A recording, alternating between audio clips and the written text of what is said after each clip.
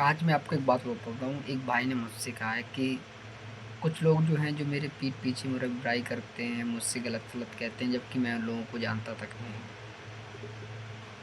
फिर भी मेरी बुराई करते हैं। तो मैं उनसे कहना चाहता हूँ, भाई मैं आपको एक स्टोरी बता रहा हूँ, वो आपको कैसी लगी मुझे ज़रूर बताएँ। एक भैंस है, उसको एक जानवर जो कि कीड़ा है जो मांस खाता है, वो उसे पैर में उसके काट लेता है। अब भैंस जो है वो धीरे-धीरे तड़पने लगती है। 2-3 दिन में वो भैंस मर जाती है तड़प तड़प के। वो जो कीड़ा है वो कहीं नहीं गया वहाँ से, वो वहीं रहा। जब भैंस मर गई तब उसने उसको धीरे धीरे खाना शुरू कर दिया। उसका खाना चला 1 हफ्ते के लिए।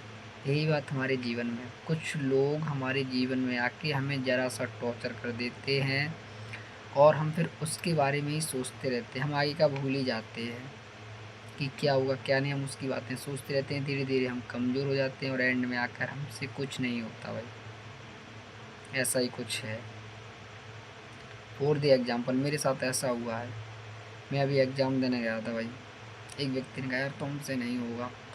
मैंने कहा होगा नहीं होगा वो मेरे ऊपर है, आपको क्या दिक्कत है इससे।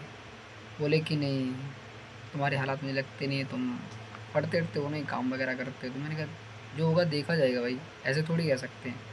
क्या तुम मेरी किस्मत देख के आए हो कि मैं क्या कर सकता हूँ क्या नहीं कर सकता हूँ। तो बोले ठीक है, देखेंगे, दे आओ। तो मैं जब पेपर देने गया, मैं एग्ज़ाम हॉल में बैठा, मैं उनके बारे में ही सोचता रहा। 20 से 30 मिनट ऐसे निकले कि मैं यही बात सोचता रहा कि यार उस बंदे ने मुझसे ऐसा क्यों कहा। टाइम चला गया, इससे पता नहीं मेरा होगा नहीं होगा, होगा नहीं होगा, ऐसा कुछ सोचता रहा। लेकिन ये मेरी ज़िंदगी की सबसे बड़ी भूल है कि दूसरों के बारे में सोचना। आप अपना करो, जितना आप बेहतरीन करोगे उतना अच्छा होगा। दूसरों से कोई मतलब नहीं। उसने मुझसे कहा, मुझे उस वक्त बुरा लगा, उस वक्त मुझे बुरा लगा, ठीक है। लेकिन वो मेरा टाइम, इतना इम्पोर्टेंट टाइम जो मेरा एग्ज़ाम हॉल का था, वो मेरा बर्बाद हो गया उस व्यक्ति की कुछ 2-4 बातों से।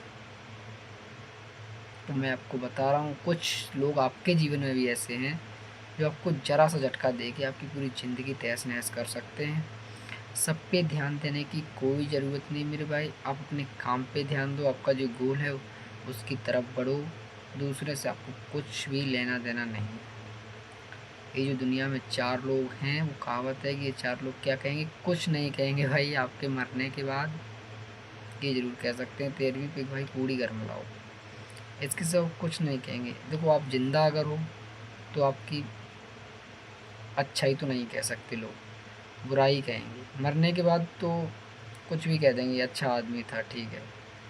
अगर जीते जी आपने किसी का, कोई आपकी बुराई कर रहा है तो समझ लो आपका दबदबा है, और भाई ऐसा होना चाहिए। उस व्यक्ति की पहचान ही नहीं है जिसके 100 में से करीब 70% दुश्मन ना हो। दुश्मन तभी तो बनते हैं जब हम किसी की बराबरी करते हैं या कोई हमारी करता है भाई।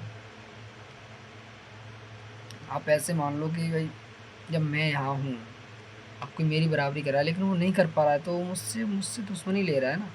सोच रहा है मैं उसको पीछे करूँगा, उसके ही जलन हो रही है। भाई तू अपना कर, मैं अपना कर रहा हूँ ना। क्या मतलब है तेरे को मेरे से।